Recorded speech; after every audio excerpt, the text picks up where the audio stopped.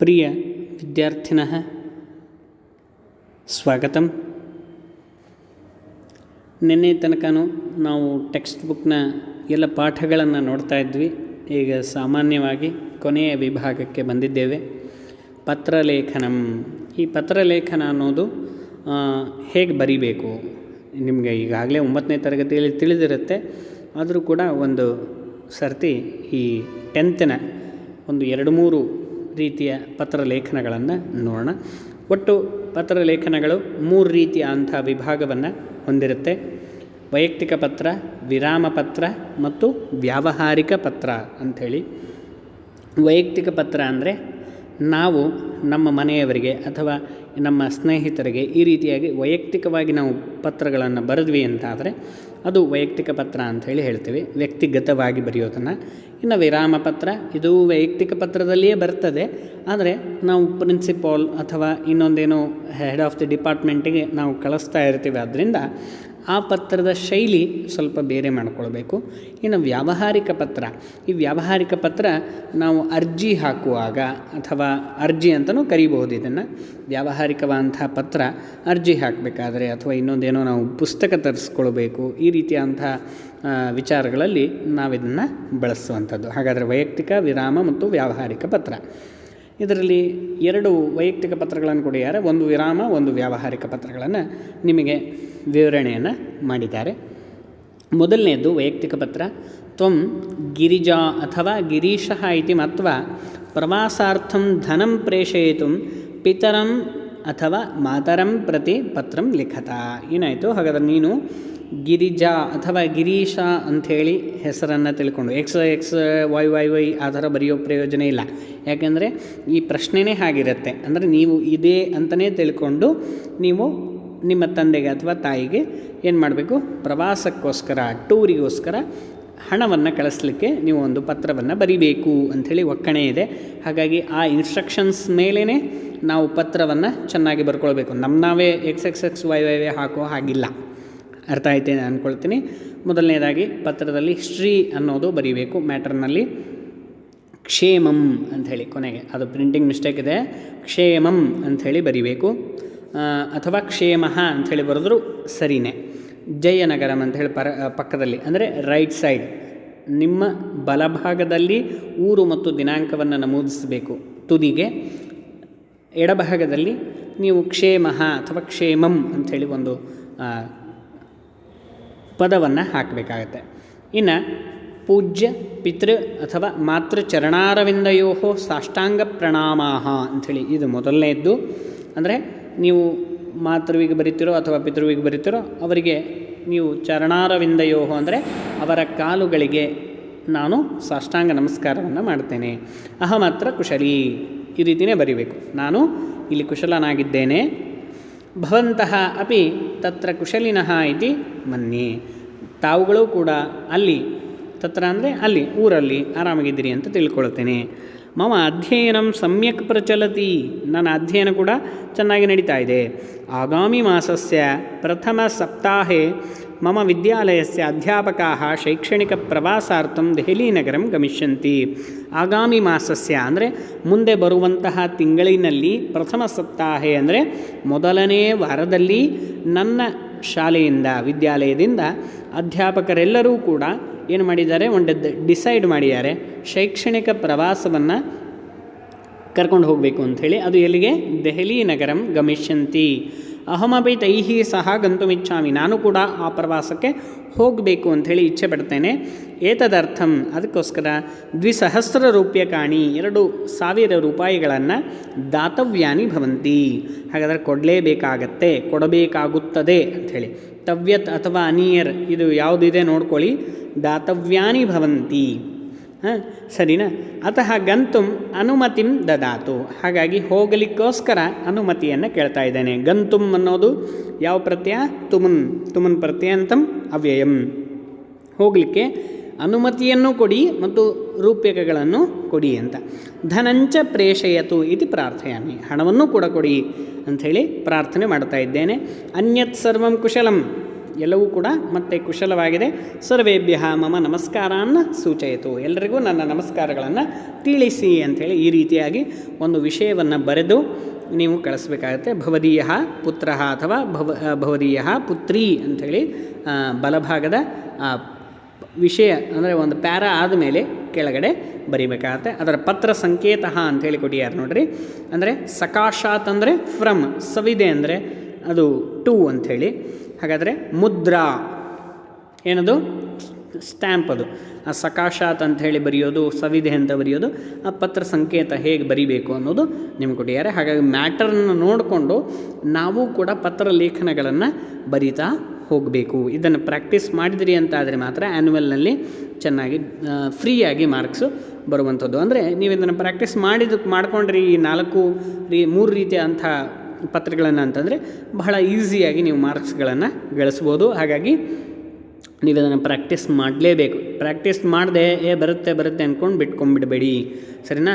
ಎಷ್ಟೇ ಇದು ಈಸಿ ಇದ್ದರೂ ಕೂಡ ಆ ಸಮಯದಲ್ಲಿ ನಮಗೆ ಕಷ್ಟ ಆಗ್ಬೋದು. ಹಾಗಾಗಿ ಸ್ವಲ್ಪ ಇದರ ಮೇಲೆ ಒತ್ತು ಕೊಡಿ.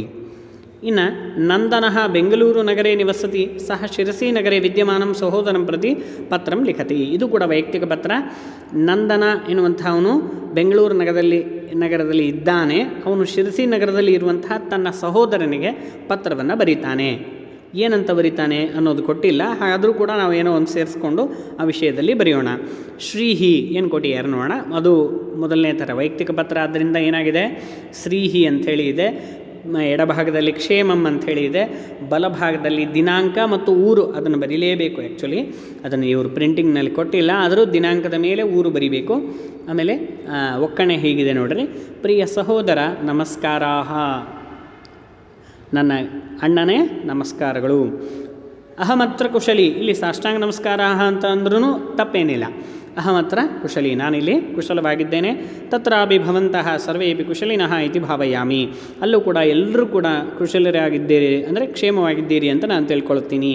ಅತ್ರ ಮಮ ಅಧ್ಯಯನಂ ಸಮ್ಯಕ್ ಪ್ರಚಲತಿ, ಇಲ್ಲಿ ನನ್ನ ಅಧ್ಯಯನ ಚೆನ್ನಾಗಿ ನಡೀತಾ ಇದೆ.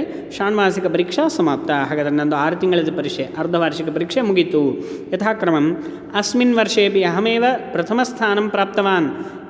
ಅರ್ಧವಾರ್ಷಿಕ ಪರೀಕ್ಷೆಯಲ್ಲಿ ನಾನು ಹಿಂದೆ ಹೇಗೆ ಯಥಾಕ್ರಮಂ ಅಂದರೆ ನಾನು ಹೇಗೆ ಬರ್ತಾ ಇದ್ನೋ ಹಾಗೆಯೇ ಈ ವರ್ಷವೂ ಕೂಡ ನಾನು ಪ್ರಥಮ ಸ್ಥಾನವನ್ನೇ ಹೊಂದಿದ್ದೇನೆ.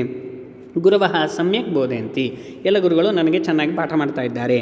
ತೇಷಾಂ ಮಾರ್ಗದರ್ಶನೇನ ವಾರ್ಷಿಕ ಪರೀಕ್ಷಾಯಾಮಪಿ ಉತ್ತಮಂ ಫಲಿತಾಂಶಂ ಪ್ರಾಪ್ಸ್ಯೆ ಇತಿ ಮಮ ಉತ್ಕಟ ಇಚ್ಛಾ ಅಸ್ತಿ. ಅವರೆಲ್ಲರ ಮಾರ್ಗದರ್ಶನದಿಂದ ವಾರ್ಷಿಕ ಪರೀಕ್ಷೆಯಲ್ಲಿ ಆ್ಯನ್ಯುವಲ್ ಎಕ್ಸಾಮ್ನಲ್ಲೂ ಕೂಡ ನಾನು ಉತ್ತಮವಾದಂಥ ಫಲಿತಾಂಶವನ್ನು ಮಾರ್ಕ್ಸ್ಗಳನ್ನು ಪ್ರಾಪ್ಸೆ ಗಳಿಸುತ್ತೇನೆ ಅಥವಾ ಹೊಂದುತ್ತೇನೆ ಎನ್ನುವಂತಹ ಉತ್ಕಟ ಇಚ್ಛಾ ಅನ್ನೋದು ಇದೆ. ನನಗೆ ಇಚ್ಛೆನೂ ಇದೆ ಮತ್ತು ಒಂದು ರೀತಿ ಕಾನ್ಫಿಡೆನ್ಸ್ ಕೂಡ ಇದೆ. ಮಮ ವಿಷಯ ಕಾಪಿ ಚಿಂತಾನ ಕಾರ್ಯ, ನನ್ನ ವಿಷಯದ ಬಗ್ಗೆ ಯಾರೂ ಚಿಂತೆ ಮಾಡೋ ಅವಶ್ಯಕತೆ ಇಲ್ಲ, ನಾನು ಆರಾಮಾಗಿದ್ದೀನಿ, ಓದು ಚೆನ್ನಾಗಿ ನಡೀತಾ ಇದೆ. ಸರ್ವೇಭ್ಯ ಮಮ ಪ್ರಣಾಮ ಅಂಥೇಳಿ ಸಾಮಾನ್ಯವಾಗಿ ಇಲ್ಲಿ ಯಾವುದೇ ವಿಷಯವನ್ನು ಅವನು ಪ್ರಕಟಣೆ ಮಾಡಿಲ್ಲ. ಏನು ಹೇಳ್ತಾ ಇದ್ದಾನೆ, ನಾನು ಇಲ್ಲಿ ಆರಾಮಾಗಿದ್ದೀನಿ, ನನ್ನ ಫಲಿತಾಂಶನೂ ಚೆನ್ನಾಗಿ ಬಂದಿದೆ, ಒಂದು ವಿಷಯವನ್ನು ಅವನು ಅಲ್ಲಿ ಹೇಳ್ತಾ ಇದ್ದಾನೆ. ಏನು, ನಾನು ಕುಶಲವಾಗಿದ್ದೀನಿ, ನೀವು ಕುಶಲರಾಗಿದ್ದರೆ ಒಂದು ರೀತಿ ರೆಗ್ಯುಲರ್ ಕಾಲಮ್ಸನ್ನು ಹಾಕಿದ್ದಾರೆ. ಭವತಃ ಸಹೋದರ ನಂದನಃ, ಅದನ್ನು ಭವದೀಯ ಪುತ್ರ ಅಂಥೇಳಿ ಹೇಳಿದ್ವಿ. ಇಲ್ಲಿ ಭವತಃ ಸಹೋದರ, ನಿನ್ನ ಸಹೋದರ ನಂದನ ಅಂಥೇಳಿ ಬರ್ದಿದ್ದಾರೆ. ಕೆಳಗಡೆ ಪತ್ರ ಸಂಕೇತ ಸಕಾಶಾತ್ ಅಂದರೆ ಮತ್ತು ಫ್ರಮ್, ಸವಿಧೆ ಅಂದರೆ ಟು, ಮುದ್ರಾ ಅಂದ್ರೇನು ಸ್ಟ್ಯಾಂಪ್ ಅಲ್ವಾ, ಪಿನ್ ಕೋಡು. ಈ ಥರದ್ದು ಎಲ್ಲ ರೀತಿಯ ವಿಷಯವನ್ನು ನಾವು ನೆನಪಿಟ್ಕೊಳ್ಳೋಣ ಮತ್ತು ಬರೆಯಲಿಕ್ಕೆ ಟ್ರೈ ಮಾಡೋಣ. ಇನ್ನು ನೆಕ್ಸ್ಟು ವಿರಾಮ ಪತ್ರಂ, ಹೇಗೆ ನಾವು ವಿರಾಮವನ್ನು ರಜೆಯನ್ನು ಹೇಗೆ ಕೇಳೋದು ಅನ್ನೋದನ್ನು ಮುಂದಿನ ಪತ್ರದಲ್ಲಿ ತಿಳ್ಕೊಳ್ಳೋಣ. ವಿರಾಮ ಪತ್ರಂ, ಇಲ್ಲಿ ಏನಾಗುತ್ತೆ, ಸಕಾಶಾತ್ ಮತ್ತು ಸವಿಧೆ ನಾವು ಹಿಂದಿನ ವೈಯಕ್ತಿಕ ಪತ್ರಗಳಲ್ಲಿ ಆ ಲೆಟರ್ನ ಮುಂಭಾಗದಲ್ಲಿ ಬರೆದ್ರೆ ಸಾಕಿರುತ್ತೆ, ಒಳಗಡೆ ಲೆಟರ್ ಬರೆದ್ರೆ ಸಾಕಿರುತ್ತೆ. ಆದರೆ ಇಲ್ಲಿ ಏನಾಗುತ್ತೆ, ಅರ್ಜಿ ಥರನೇ ಇದು. ಈ ವಿರಾಮ ಪತ್ರ ಆಗಿರ್ಬೋದು, ವ್ಯಾವಹಾರಿಕ ಪತ್ರ ಆಗಿರ್ಬೋದು, ಸಕಾಶಾತ್ ಮತ್ತು ಸವಿಧೆ ಅಲ್ಲೇ ಇರಬೇಕು, ಅಂದರೆ ಒಂದಾದಮೇಲೆ ಹಿಂದೆಯೇ ಇರಬೇಕು. ಹಾಗಾಗಿ ಅದೇ ಒಂದು ಅರ್ಜಿ ಒಂದು ಪ್ರಾಪರ್ಟಿಯನ್ನೇ ನಾವು ಯೂಸ್ ಮಾಡುವಂಥದ್ದು. ಸಕಾಶಾತ್ ಅಂದರೆ ಫ್ರಮ್, ಯಾರು, ಸುಧಾಕರ, ಸುಧಾ, ದಶಮ ಕಕ್ಷಾ, ಶಾರದಾ ಪ್ರೌಢಶಾಲಾ. ಇದನ್ನು ನಾನು ಆ್ಯಕ್ಚುಲಿ ಹೇಳೋದಾದರೆ ಸವಿಧೆ ಮೇಲೆ ಬರಬೇಕು, ಸಕಾಶಾತ್ ಕೆಳಗಡೆ ಬಂದರೂ ನಡೆಯುತ್ತೆ. ಅದೇನು ತಪ್ಪಲ್ಲ. ಆದರೂ ನಾವು ಇದೇ ಥರನೇ ಬರಿಬೇಕು ಅಂತ ಇರೋದು ಇದರಲ್ಲಿ ಪೋರ್ಷನ್ನಲ್ಲಿ ಇರೋದರಿಂದ ಇದೇ ಥರನೇ ಬರಲಿಕ್ಕೆ ಟ್ರೈ ಮಾಡೋಣ, ತಪ್ಪೇನೂ ಅಲ್ಲ. ಅಂದರೆ ಸವಿಧೆ ಮಾನ್ಯಾಹ ಮುಖ್ಯೋಪಾಧ್ಯಾಯ ಅಂಥೇಳಿ ಮೊದಲು ಹಾಕಿ ಆನಂತರ ಸಕಾಶಾತ್ ಅನ್ನುವುದರ ಕಾಲಮನ್ನು ಧನ್ಯವಾದ ಅಂಥೇಳಿ ಏನು ಬರೆದಿದ್ದೀವಲ್ಲ ಅದ್ರ ಕೆಳಗಡೆ ಹಾಕಿದರೂ ನಡೆಯುತ್ತೆ. ಆದರೆ ಇಲ್ಲಿ ಕಾಲಮನ್ನು ಹಾಗೆ ಕೊಟ್ಟಿದ್ದಾರೆ, ಹಾಗಾಗಿ ನಾವು ಅದೇ ಥರನೇ ಪ್ರಾಕ್ಟೀಸ್ ಮಾಡೋಣ, ಬೇರೆ ರೀತಿ ವಿಚಾರ ಮಾಡೋದೇ ಬೇಡ.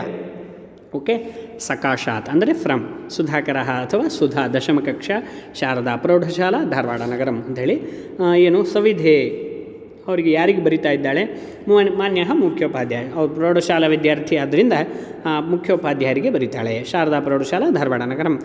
ಇಲ್ಲಿ ಮಾನ್ಯ ಅನ್ನೋದು ಸ್ವಲ್ಪ ಕೆಳಗಡೆ ಬರಬೇಕಾಯಿತು, ಆ ಸವಿಧೆ ಅನ್ನೋಲ್ಲಿ ಇರಬಾರ್ದು, ಕೆಳಗಡೆ ಇನ್ನೊಂಚೂರು ಕೆಳಗಡೆ ಬರಬೇಕು. ಮಾನ್ಯ ಅಂಥೇಳಿ ಕಾಲಮ್ ಹಾಕಿ ಆನಂತರ ವಿಷಯ ಬರೆಯೋದು ಸ್ಪಷ್ಟವಾಗಿರಬೇಕು. ನಮಗೆ ವಿರಾಮ ಪ್ರಾರ್ಥನಾ ಅಥವಾ ನಾವು ಎಷ್ಟು ದಿನ ಹೋಗ್ತೀವಿ ಅಲ್ಲಿ ಮೆನ್ಷನ್ ಮಾಡಿದರೂ ಏನೂ ತಪ್ಪಿಲ್ಲ. ಅಂದರೆ ಏಕದಿನ ಪರ್ಯಂತಂ ವಿರಾಮ ಪ್ರಾರ್ಥನಾ ಈ ಥರದ್ದು ಯಾವುದೇ ಒಂದು ದಿನಗಳ ಒಂದು ಮೆನ್ಷನ್ ಮಾಡಿದರೂ ಕೂಡ ನಡೆಯುತ್ತೆ, ಸಂಖ್ಯೆಯನ್ನು ಮೆನ್ಷನ್ ಮಾಡಿದರೂ ನಡೆಯುತ್ತೆ. ಆದರೂ ವಿಷಯ ಅಂದರೆ ವಿರಾಮ ಪ್ರಾರ್ಥನಾ ಬಹಳ ಚಕ್ಕಟವಾಗಿ ಬರೆದಿದ್ದಾರೆ, ಆ ವಿಷಯವನ್ನು ಬರೀಲೇಬೇಕು. ಶ್ವಃ ಅದನ್ನು ಸ್ಟಾರ್ಟ್ ಮಾಡಿದರು, ಶ್ವಃ ಮಮ ಅಂಥೇಳಿ ಬರೆದಿಯಾರಲ್ಲ, ಆ ಮಮ ಅಂತಂದಾಗ ಬ್ರಾಕೆಟ್ನಲ್ಲಿ ನಮ್ಮ ಹೆಸರುಗಳನ್ನು ಹಾಕಬಹುದು, ಆದರೆ ಕೆಲವರು ಹಾಕ್ತಾರೆ. ಆದರೆ ನಾವು ಸಕಾಶಾತ್ ಅಂತ ಬರೆದಿರೋದ್ರಿಂದ ಅಲ್ಲಿ ಹಾಕುವ ಅವಶ್ಯಕತೆ ಇಲ್ಲ, ಅದು ಚೆನ್ನಾಗಿ ಕಾಣಲ್ಲ. ಮಮ ಗೃಹೆ ಧಾರ್ಮಿಕೋತ್ಸವ ಭವಿಷ್ಯತಿ, ನನ್ನ ಗೃಹದಲ್ಲಿ ಧಾರ್ಮಿಕದ ಉತ್ಸವ ಯಾವುದೋ ಒಂದು ಕಾರ್ಯಕ್ರಮ ನಡೀತಾ ಇದೆ. ಅತಃ ಅಹಂ ಶಾಲಾಂನ ಆಗಮಿಷ್ಯಾಮಿ, ಆದ್ದರಿಂದ ನಾನು ನಾಳೆ ಶಾಲೆಗೆ ಬರೋದಿಲ್ಲ. ಕೃಪಯ ಏಕದಿನಸ್ಯ ವಿರಾಮಂ ದದಾತು ಇತಿ ಸವಿನಯ ಪ್ರಾರ್ಥನೆ. ಭಾಳ ಚೆನ್ನಾಗಿದೆ, 3 ಲೈನಲ್ಲಿ ಮುಗಿಸ್ಬಿಟ್ರು. ಇನ್ನೇನೋ ಇರುತ್ತೆ, ಆರಾಮಿರೋದಿಲ್ಲ. ಆವಾಗ ಶ್ವಃ ಮಮಾಪಿ ನ ಅಹಮಪಿ ನ ಕುಶಲಿ ಅತಃ ಏವ ಅಹಂ ಶಾಲಾಂ ನ ಆಗಮಿಷ್ಯಾಮಿ. ಕೃಪಯ ಏಕದಿನ ಅಥವಾ ದ್ವಿದಿನಸ್ಯ ವಿರಾಮಂ ದ್ವಿದಿನಪರ್ಯಂತಂ ಅಥವಾ ದ್ವೇ ದಿನಸ್ಯ ವಿರಾಮಂ ದದಾತು ಇತಿ ಸವಿನಯಂ ಪ್ರಾರ್ಥನೆ ಅಂಥೇಳಿ ಕೂಡ ನಾವು ಬರ್ಕೊಳ್ಬೋದು. ಹೀಗೆ ಆರಾಮಿಲ್ದಾಗೂ ಕೂಡ ಬರ್ಕೊಳ್ಬೋದು, ಅದೇನು ತಪ್ಪೇನಲ್ಲ. ಈ ರೀತಿ ಸವಿನಯಂ ಪ್ರಾರ್ಥನೆ ಅಂಥೇಳಿ ಅಲ್ಲೇ 3 ಲೈನಲ್ಲೇ 3 ಅಥವಾ 4 ಲೈನಲ್ಲಿ ಮುಗಿಸಿದರೆ ಸಾಕು. ವಿರಾಮ ಪತ್ರ ಬಹಳ ಸಂಕ್ಷೇಪವಾಗಿದ್ದರೆ ನಡೆಯುತ್ತೆ. ಇನ್ನು ಧನ್ಯವಾದ ಅಂಥೇಳಿ ಹಾಕಿದರು. ಕೆಳಗಡೆ ಭವದೀಯ ವಿಧೇಯ ಛಾತ್ರ ಅಥವಾ ವಿಧೇಯಾ ಛಾತ್ರ ಸ್ತ್ರೀಲಿಂಗ ಆದರೆ ಸುಧಾಕರ ಸುಧಾ, ಎಷ್ಟು ಚೆನ್ನಾಗಿ ಬರೆದಿದ್ದಾರೆ ನೋಡ್ರಿ.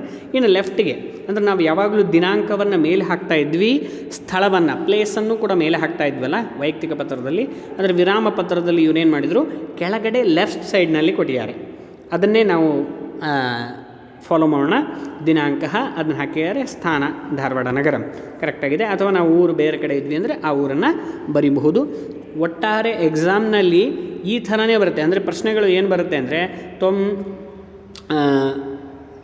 ಏನದು ಸುಧಾಕರ ಇತಿ ಮತ್ವ ಪ್ರವಾಸಾರ್ಥಂ ಅಥವಾ ಧಾರ್ಮಿಕೋತ್ಸವಾರ್ಥಂ ಅಥವಾ ಸಹೋದರಸ್ಯ ವಿವಾಹಾರ್ಥಂ ದ್ವಿದಿನಸ್ಯ ಪರ್ಯಂತಂ ಅಥವಾ ದ್ವಿದಿನ ವಿರಾಮಂ ದ್ವೇ ಅಥವಾ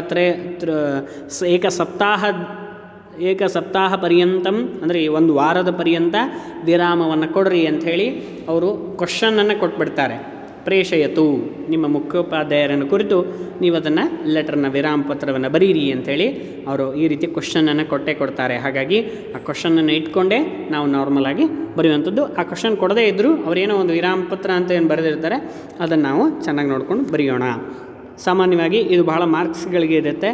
ಹಾಗಾಗಿ ನಾವು ಒಂಚೂರು ಪ್ರಾಕ್ಟೀಸ್ ಮಾಡಿಕೊಂಡ್ರೆ ಬಹಳ ಈಸಿಯಾಗಿ ನಾವು ಇದನ್ನು ಕಲ್ತ್ಕೊಂಡ್ಬಿಡ್ಬೋದು. ಇನ್ನು ಪುಸ್ತಕ ಪ್ರೇಷಣಾಯ ಪತ್ರ, ಪುಸ್ತಕವನ್ನು ಕಳಿಸ್ರಿ ಅಂತ. ಪುಸ್ತಕ ಪ್ರೇಷಣಾಯ ಅಂದರೆ ಪುಸ್ತಕವನ್ನು ಕಳಿಸ್ರಿ. ಇಲ್ಲೂ ಕೂಡ ಹಾಗೆಯೇ ಅರ್ಜಿ ಥರನೇ ಇರುತ್ತೆ. ಸಕಾಶಾತ್ ಸವಿಧೆ ಮೊದಲು. ಇದರಲ್ಲಿ ಇನ್ನೊಂದು ವಿಷಯ ಹೇಳ್ತೀನಿ, ಪುಸ್ತಕ ಪ್ರೇಷಣ ಅನ್ನೋದು ವ್ಯಾವಹಾರಿಕ ಪತ್ರ. ಅದೇ ಥರನೇ ಈ ಯಾವುದೋ ಒಂದು ಮುನ್ಸಿಪಾಲ್ಟಿಗೆ ಬರೀತೀರಿ, ನೀರು ಬಿಡ್ಲಿಕ್ಕೆ ಬರೀಬೇಕು ಅಥವಾ ವಿದ್ಯುತ್ ದೀಪವನ್ನು ಹಾಕಲಿಕ್ಕೆ ಬರೀಬೇಕು. ಈ ಥರದ್ದಿದ್ದರೂ ಕೂಡ ಇದೇ ಥರನೇ ಕಾಲಮ್ಗಳನ್ನು ಹಾಕಿರಿ. ಸಕಾಶಾತು ಮತ್ತು ಸವಿಧೆ. ಮುಖ್ಯ ವ್ಯವಸ್ಥಾಪಕ ಅಲ್ಲಿ ಏನಾಗುತ್ತೆ, ಏನು ಮುಖ್ಯ ನಗರಾಧಿಕಾರಿ ಅಂಥೇಳಿ ಈ ಥರ ಏನಾದರೂ ಬರೀಬೇಕು. ವಿದ್ಯಾ ಪ್ರಕಾಶನಂ ಮಂಗಳೂರು ಮಾನ್ಯ ಗಿರೀಶ ಏನು ಬರೆದಿಯಾನೆ, ಗೃಹ ಸಂಖ್ಯಾ ಅವನ ಅಡ್ರೆಸ್ ಬರೆದಿದ್ದಾನೆ, ಕಾಳಿದಾಸನಗರಂ ಕೋಲಾರ ಅಂಥೇಳಿ. ಸಕಾಶಾತ್ ಸವಿಧೆ. ವಿಷಯ ಏನದು ವಿಷಯ? ಪುಸ್ತಕಾರ್ಥಂ ಆವೇದನಂ, ಪುಸ್ತಕಕ್ಕೋಸ್ಕರ ನಾವು ನಿಮ್ಮಲ್ಲಿ ವಿನಂತಿಯನ್ನು ಮಾಡ್ಕೊಳ್ತಾ ಇದ್ದೀವಿ. ಭವತ ಪ್ರಕಾಶಿತಸ್ಯ, ನಿಮ್ಮಲ್ಲಿ ಪ್ರಕಾಶಿತವಾದಂತಹ ವ್ಯಾಕರಣ ಪ್ರಭಾ ಎನ್ನುವಂತಹ ಪುಸ್ತಕದ ಅವಶ್ಯಕತೆ ಇದೆ. ಕೃಪಯಾ ಯಥಾಶೀಘ್ರಂ ಏಕಂ ಪುಸ್ತಕಂ ಪ್ರೇಷಯತು ಇತಿ ಪ್ರಾರ್ಥನೆ. ಈ ರೀತಿಯಾಗಿ ಶೀಘ್ರವಾಗಿ ನಮಗೆ ಕಳಿಸಿ ಅಂಥೇಳಿ ಅವನು ಬರಿತಾ ಇದ್ದಾನೆ. ಅದು 2 ಲೈನಲ್ಲಿ ಬರೆದಿದ್ದಾನೆ. ಅದನ್ನು ನೀವು ಮುನ್ಸಿಪಾಲ್ಟಿಗೆ ಬರಿಬೇಕಾದರೂ ಕೂಡ ಅದೇ ಥರನೇ ನೀವು ವಿಷಯ ಏನು ವಿದ್ಯುತ್ ದೀಪ ಸ್ಥಾಪನಾರ್ಥಂ ಆವೇದನಂ ಅಂಥೇಳಿ ಒಂದು ಬರಿಬೋದು. ಹಾಗೆ ನಮ್ಮ ಕಾಲೋನಿಯಲ್ಲಿ ನಮಗೆ ವಿದ್ಯುತ್ ದೀಪ ಬೇಕಾಗಿದೆ, ಇಲ್ಲಿ ಕೆಟ್ಟು ಹೋಗಿದೆ ಅಥವಾ ಅದು ರಿಪೇರಿ ಇದೆ, ಅದನ್ನು ಸರಿ ಮಾಡಿಕೊಡಿ, ನಮಗೆ ತುಂಬ ತೊಂದರೆ ಆಗ್ತಾಯಿದೆ ಅಂಥೇಳಿ ಕೂಡ 2-3 ಲೈನ್, ಒಟ್ಟಾರೆ 3-4 ಲೈನಲ್ಲಿ ಮುಗಿಬೇಕದು. ಅಷ್ಟೇ ಬರೆದು ಧನ್ಯವಾದಾಹ ಬರೆದು ಆನಂತರ ಭವತಃ ವಿಶ್ವಾಸಿ ರೈಟ್ ಸೈಡಿಗೆ ಅವು 2 ಬರೀಬೇಕು. ಲೆಫ್ಟ್ ಸೈಡಿಗೆ ದಿನಾಂಕ ಮತ್ತು ಸ್ಥಳ 2 ಬರೀಬೇಕು. ಕೆಳಗಡೆ ಪತ್ರ ಸಂಕೇತ ಅನ್ಕೊಡಿಯಾರೆ ಸಕಾಶಾತ್ ಸವಿದೆ, ಮತ್ತು ಅದರ ಪತ್ರವನ್ನು ಹಾಕಬೇಕು. ಇದಿಷ್ಟೇ ಕೆಲಸ. ಹಾಗಾಗಿ ವೈಯಕ್ತಿಕ ಪತ್ರವನ್ನು ಹೇಗೆ ಬರೀಬೇಕು, ವಿರಾಮ ಪತ್ರವನ್ನು ಹೇಗೆ ಬರೀಬೇಕು, ವ್ಯಾವಹಾರಿಕ ವ್ಯವಹಾರವನ್ನು ಹೇಗೆ ನಾವು ಪತ್ರದ ಮುಖಾಂತರ ಮಾಡಬೇಕು ಅನ್ನೋದು ನಾವು ನೋಡಿದ್ವಿ. ಇದಿಷ್ಟನ್ನು ತಿಳ್ಕೊಂಡ್ವಿ ಅಂತಾದರೆ ನಾವು ಕೂಡ ಮಾರ್ಕ್ಸ್ಗಳನ್ನು ಚೆನ್ನಾಗಿ ಪಡ್ಕೊಳ್ಬಹುದು. ಒಟ್ಟಾರೆ 1-2 ಅಂದರೆ ನಾನು ನಿಮಗೆ ಒಂದು ಕ್ವಶನ್ನು ಕೂಡ ಕೊಡಬಹುದು. ಏನಿದು? 1 ಬರ್ಕೊಳ್ರಿ. ನಿಮ್ಮ PDF ನಲ್ಲಿ 173ನೇ ಪೇಜ್ನಲ್ಲಿ ಇದೆ ನೋಡಿರಿ, ಪುಸ್ತಕದಲ್ಲಿ ಶಾಲಾ ವಾರ್ಷಿಕೋತ್ಸವಸ್ಯ ವರ್ಣನಂ ಕೃತ್ವ ಮಿತ್ರಂ ಪ್ರತಿ ಪತ್ರಂ ಲಿಖತಾ ಅಂಥೇಳಿ ಇದೆ. ಅಥವಾ ಭವತಃ ಗ್ರಾಮೋತ್ಸವೇ ಭಾಗಂ ಗೃಹೀತುಂ ದಿನಚತುಷ್ಟಯಂ ವಿರಾಮಂ ಪ್ರಾರ್ಥ್ಯ ಮುಖ್ಯೋಪಾಧ್ಯಾಯಂ ಪ್ರತಿ ವಿರಾಮಪತ್ರಂ ಲಿಖತಾ ಅಂಥೇಳಿ. ಇವೆರಡರಲ್ಲಿ ಆಪ್ಷನ್ನಲ್ಲಿ ಯಾವುದಾದ್ರೂ ಒಂದು ನೀವು ಕೊಡಿ. ಅದರ ಅಂದರೆ ಬರೆದು ನನಗೆ PDF ಮುಖಾಂತರ ಗೂಗಲ್ ಕ್ಲಾಸ್ ರೂಮಿಗೆ ಕಳಿಸ್ಬೇಕು. ಇವತ್ತು ಅಥವಾ ನಾಳೆ ಒಳಗಡೆ, ಅಂದರೆ ಶನಿವಾರದ ಒಳಗಡೆನೇ ನೀವು ನನಗೆ ಕಳಿಸ್ಲೇಬೇಕು. ಇದನ್ನು ಒಂದು ಈ ಕ್ವಶನ್ನ ನಿಮ್ಗೆ ಅರ್ಥ ಆಗಿದೆ ಅಂದ್ಕೊಳ್ತೀನಿ.